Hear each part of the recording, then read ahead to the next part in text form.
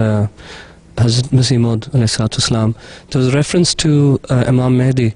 I'm a bit confused as to the two entities and if they're interrelated, if they are, and what is the significance of one over the other, if there is one.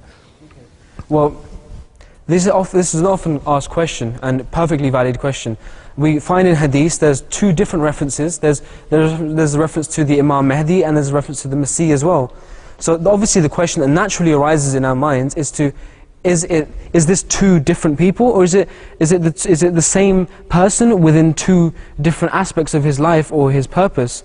So the panel, yes, Essa, please.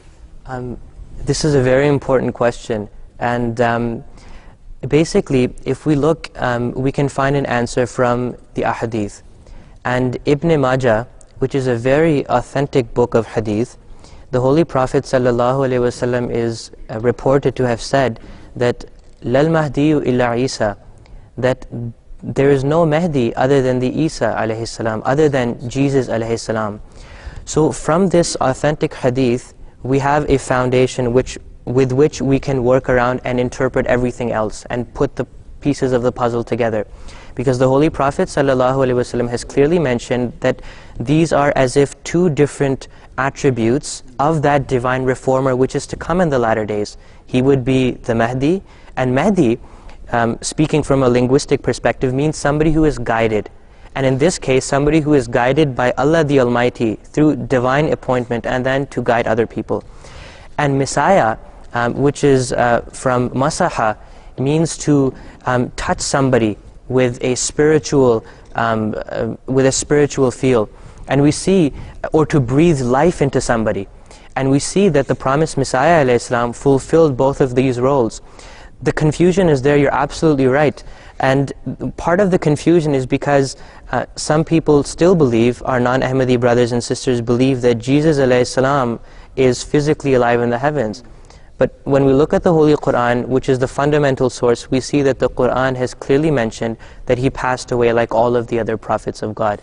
And there's a very conclusive verse in the Holy Quran where Allah the Almighty states that Ma Muhammadun illa Rasul, that Muhammad sallallahu alayhi wasallam is nothing but a messenger. Qad khalat min qablihi rusul. All of the messengers before him have passed away, and that also includes Jesus alayhi salam as well. And another thing which we really must understand is that the second coming of the Messiah would be a different person, and not Jesus alayhi salam himself from 2,000 years ago, because the Holy Quran states that Rasulun ila Bani Israel, his jurisdiction is confined to the people of the Bani Israel.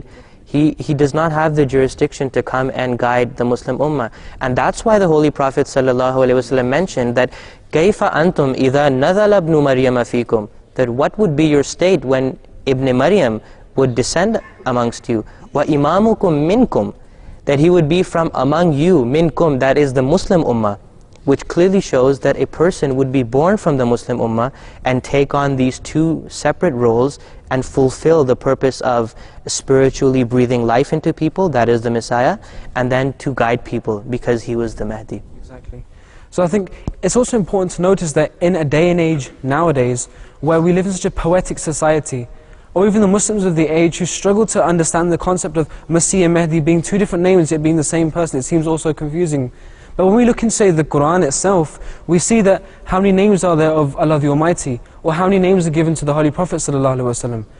Even when we're talking to people, we give people different names according to the different tasks they have.